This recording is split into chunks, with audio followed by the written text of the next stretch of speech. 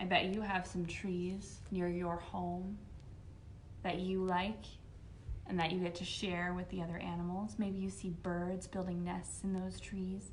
Maybe you see bugs crawling on those trees or underneath the roots. Maybe you see a skunk or a raccoon hiding in the tree, or a cat climbing up to sit on its branches. Does that tree belong to everyone as well? All right, so for an activity today, we have a bit of an imagination activity for you. What I want you to do is to go outside in your yard or near your home and look for a great big tree. And when you find the tree that you like the most, you're going to imagine what it would be like to have a tree house up in that tree.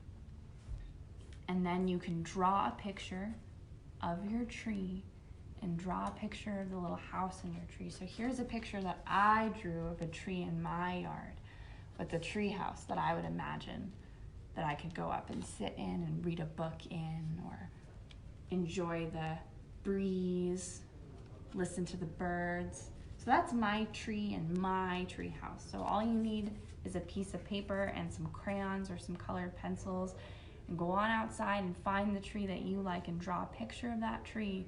And then I want you to imagine that tree house that you would put up in that tree, and you can draw a picture of that too.